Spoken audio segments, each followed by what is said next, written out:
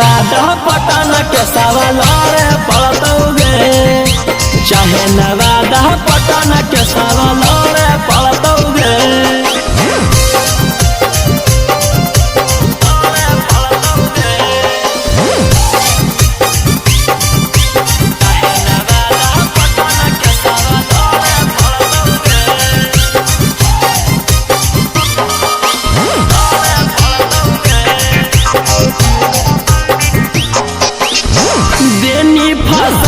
हमारा बड़का तू जाल में लग गनी हमारा छौड़ी इज्जत उछाल में देनी फसाई हमारा बड़का तू जाल में लग गनी हमारा छौड़ी इज्जत उछाल।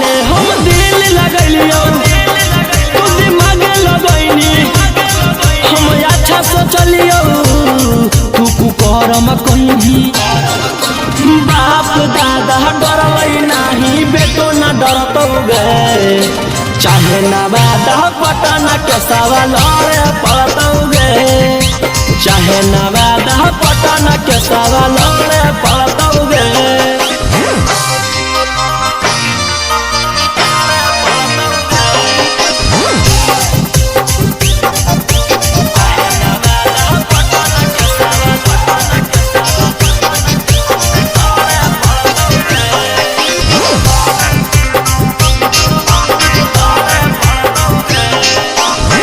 फंस गलिए हम तोरा करे में भलाई गे, तू तो देनी खिलाई धोखा के दवाई गे।